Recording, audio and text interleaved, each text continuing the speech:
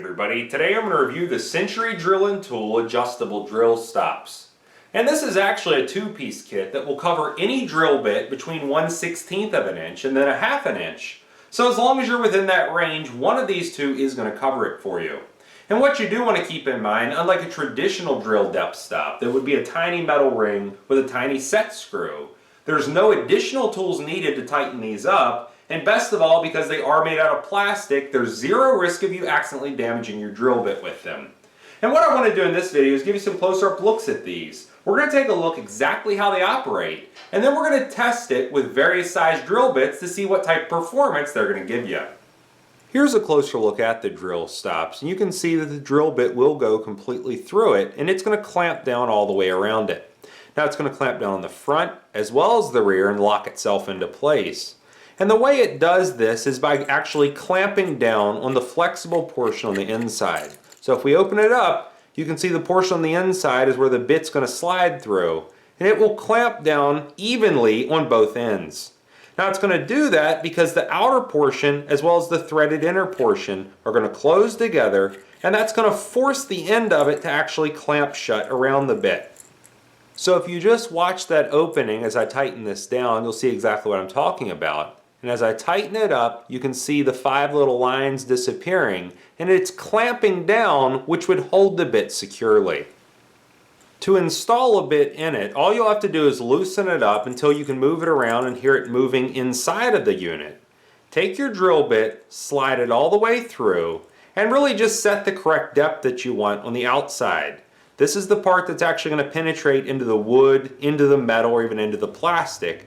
You hold on to that, and then just twist it shut.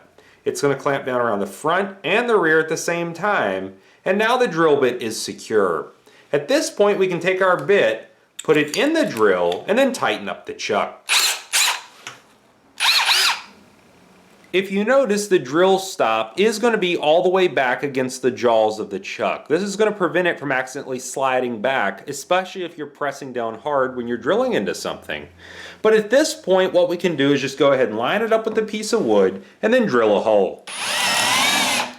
You can see it stopped automatically. I can go ahead and pull that out and then repeat it right next to it. And I know that both these holes are exactly the same depth. The biggest drawback of this is going to be its size and the amount of the drill bit that you cannot utilize. And unlike one of those standard metal rings, you can see the massive difference there. So even if we loosen this up and press the bit almost all the way through where the chucks are just barely going to grab onto it, it's still not nearly as much as that metal ring is going to give us.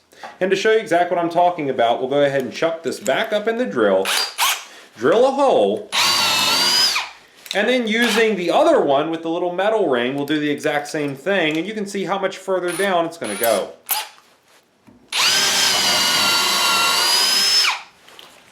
And the main advantage of this style, of course, is going to be how fast you can adjust the depth. We can just simply loosen it up, set our correct depth, and then tighten it back down. It doesn't require any additional tools and literally takes a couple seconds.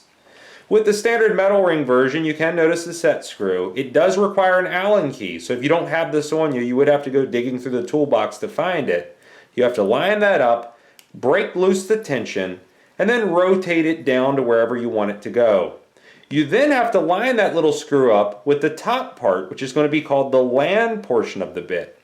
We'll go ahead and then tighten that back down, but if you do get it misaligned and it ends up down in the valley of the bit, you could damage the cutting edge.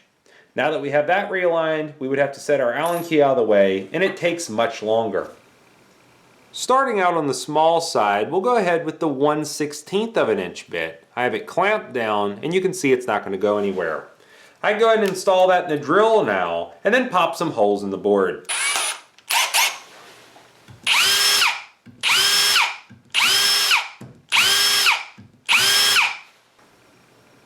The problem I ran into with this, even though it is rated at a 1/2 inch bit, I could not get the 1/2 inch bit to fit.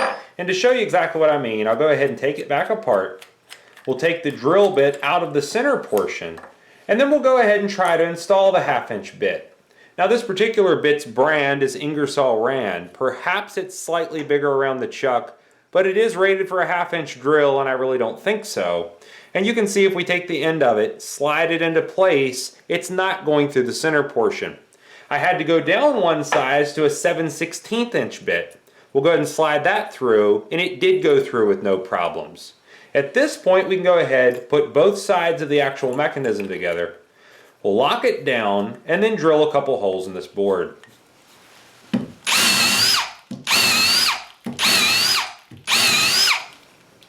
Now I do want to point out the standard drill stop, which would be the metal ring with the set screw, did go on the 1/2 inch bit when I picked out the correct 1/2 inch size. So it's not a problem with the bit, the center of this just isn't large enough to handle it.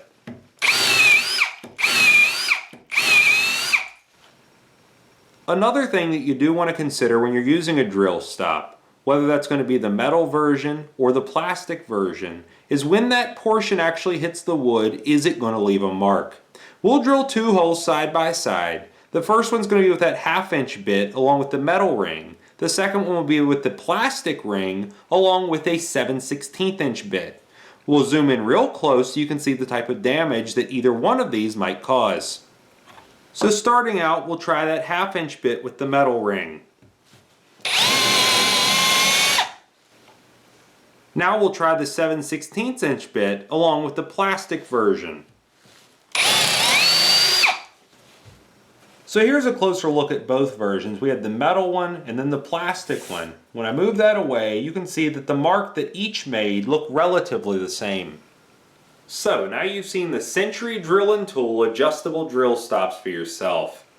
Now they're not a replacement for the standard metal version, but they are a lot more convenient. They don't require any additional tools, and you can see they didn't move around once we got them locked down. Now that being said, it was surprising that the very small size, which would be 1/16 of an inch, didn't have any problems. But then the maximum rated size, which was a 1/2 inch, was just too big. The biggest size drill bit that I got to work was 7/16 of an inch.